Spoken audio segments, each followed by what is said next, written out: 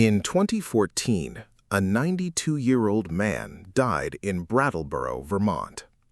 His name was Ronald Reed. He drove a second-hand Toyota Yaris.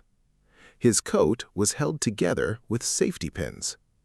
He parked far from his attorney's office to avoid paying the parking meter. People who'd known him for decades described him as the kind of man who would never pick up a restaurant tab because it didn't look like he could afford to. When Ronald Reed died, he left behind a 5-inch stack of stock certificates. At least 95 companies, all held for decades. His estate was worth $8 million. He gave $6 million of it to his local library and hospital. Here is the part that matters. Ronald Reed was not a genius. He was not a Wall Street insider. He held no financial credentials. He worked at a gas station for 25 years, then as a janitor at a JCPenney for 17 years. He never earned a high salary. He did one thing that most people refuse to do. He bought stocks in companies he understood, and then he never sold them. That's it. No secret strategy, no market timing, no complex analysis. Boring discipline applied consistently over a long enough period of time. The result was $8 million that nobody saw coming. Now let me give you the contrast. Mike Tyson earned over $400 million doing his boxing career. In 2003, he filed for bankruptcy. He owed $23 million. $400 million in, $23 million in the hole, out. The problem was never the income. The problem was that his lifestyle scaled with every paycheck. Houses, cars, entourages, private jets. Every dollar that came in immediately found somewhere to go. And when the income stopped, the spending didn't. Because spending is a ratchet. It goes up easily. It almost never comes back down on its own. The income was real. The wealth was never built. And Tyson is not an outlier. Sports Illustrated's reporting on NFL players found that a staggering number of professional athletes who earn more in 3 years than most people earn in a lifetime end up in serious financial difficulty within 2 years of leaving the league. The pattern is always the same. High income, no gap between income and spending, no assets compounding in the background. When the income stops, there's nothing left to stand on. Ronald Reed had no income worth mentioning, but he had something more valuable: time working on his side. So here's the first foundation of how boring actually becomes dangerous. The math.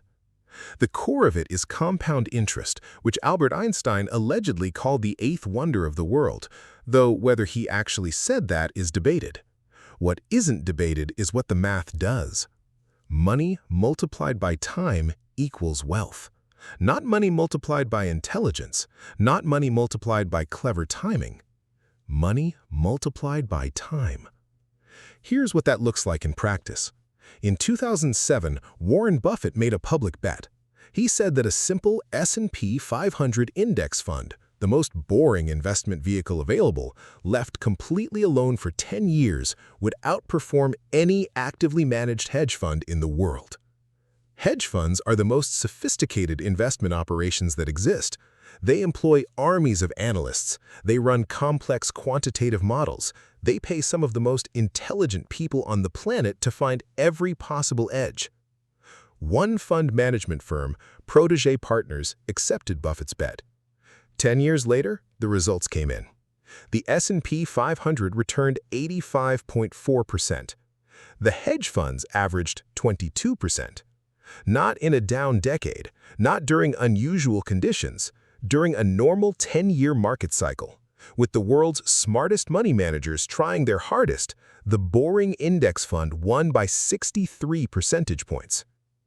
Berkshire Hathaway has been making the same point since 1965. Buffett's approach? Buy high-quality companies. Hold them. The result? approximately 19.9% annual compounding for nearly 60 years. He didn't beat the market by being smarter than it. He beat it by staying in it longer than anyone else was willing to. And here's the specific data point that should change how you think about market timing permanently. JP Morgan Asset Management publishes research every year showing what happens when investors try to time the market. Missing just the 10 best trading days over a 20-year period roughly cuts your total return in half. 10 days. Out of roughly 5,000 trading sessions. You cannot predict which 10. No model can. No analyst can. No news headline will tell you. The only way to be in the market on those 10 days is to be in the market on all of them. Every time someone pulls out of the market waiting for a better entry point, they're betting they can predict which days those 10 are. No one can. The math rewards the person who stays. The second foundation is habits. And specifically, the habit that quietly destroys more financial potential than almost anything else. The lifestyle tax. Here's what it looks like in a straightforward comparison. Person A earns $500,000 a year and saves 5% of it. That's $25,000 going into investments annually. Person B earns $150,000 a year and saves 35% of it. That's $52,500 going into investments annually. Person A earns 3 times more. Person B invests twice as much. After 20 years at 7% growth, Person B ends up wealthier. The person making significantly less money outperforms the high earner entirely because of one variable: how much of each dollar they convert into assets instead of lifestyle. This is not an extreme scenario. This is what Thomas Stanley documented across 20 years of research into American wealth accumulation. Income explains only 30% of the variation in wealth. The other 70% is behavioral. What you do with what you earn matters more than how much you earn. Ronald Reed on a gas station attendant's salary understood this. Mike Tyson on $400 million did not. The third foundation is the one most people don't expect to be here. Biology. Even with the right math and the right habits in place, the human brain is specifically, measurably wired to undermine long-term investing. Your brain has a structure called the amygdala. Its job is threat detection. When it registers danger, it overrides your prefrontal cortex, the part of your brain responsible for rational decision-making, and forces a response: fight or flight. This system evolved to protect you from predators. It has no framework for understanding that a red number on a stock chart is not a lion. The financial media understands this, and they use it. Stock market charts display losses in red, the color the human brain associates with blood, danger, and stop signs. Financial news is written in language engineered to trigger urgency and fear rather than to inform decisions. Why? Because fear keeps people watching, and engagement, not accuracy, not your financial outcomes, not good decisions, is what financial media is measured by. Behavioral economists have documented this specific vulnerability extensively. The phenomenon is called loss aversion. The pain of a financial loss is felt approximately twice as strongly as the pleasure of an equivalent gain. A $10,000 loss registers twice as painfully as a $10,000 gain registers pleasurably. So, when the market drops, the pain signal in your brain is screaming at you to sell, not because selling is correct, because your biology is running a program that was written long before stock markets existed. The investors who consistently outperform are not the ones who somehow turn off this response. They're the ones who recognize it as noise. Warren Buffett described his approach to market fear directly in a New York Times op-ed titled "Buy American, I Am," published in October 2008 at the peak of the global financial crisis when markets were collapsing and nearly every investor was selling. while the fear response was at its maximum volume, telling anyone who would listen to get out. Buffett put $5 billion into Goldman Sachs, $3 billion into GE, and wrote publicly in the New York Times to explain exactly why he was buying when everyone else was running. The fear signal was the same for him as it was for everyone else. He'd just built a system that let him treat it as information rather than instruction. So here's how to put all three foundations to work. The math requires one thing: time in the market, not timing the market. The longer you leave it alone, the more it compounds. Ronald Read's 69-year investment horizon was the engine. The stocks were almost secondary. The habit requires one thing: protecting the gap between what you earn and what you spend.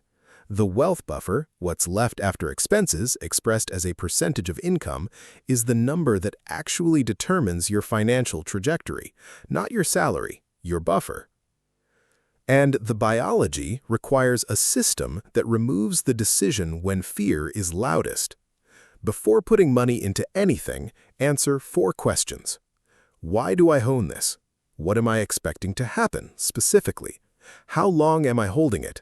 And what would actually have to change for me to sell? Not the price dropping, not scary headlines. What fundamentally changes about the investment that would justify selling? When those answers are written down before the fear arrives, the red numbers and the urgent headlines have nowhere to go. The decision is already made. Ronald Read died at 92 with $8 million and a coat held together with safety pins. He didn't have a Bloomberg terminal. He didn't have algorithmic trading tools. He read the Wall Street Journal every day at a diner where strangers sometimes paid for his coffee because he looked like he couldn't afford it. He bought companies he understood. He held them for decades. He never sold. And he quietly accumulated more wealth than most people who spent their careers chasing clever strategies ever will. The boring approach works. It works with a consistency and over time periods that make it genuinely dangerous to anyone who starts early enough and stays patient long enough. The problem is that boring doesn't sell newsletters. It doesn't generate clicks. It doesn't keep you watching. So nobody talks about it as much as it deserves. If you want to understand the financial mechanics that actually produce outcomes, subscribe. Because the most powerful wealth-building strategy available to a regular person isn't exciting. But the results, given enough time, absolutely are.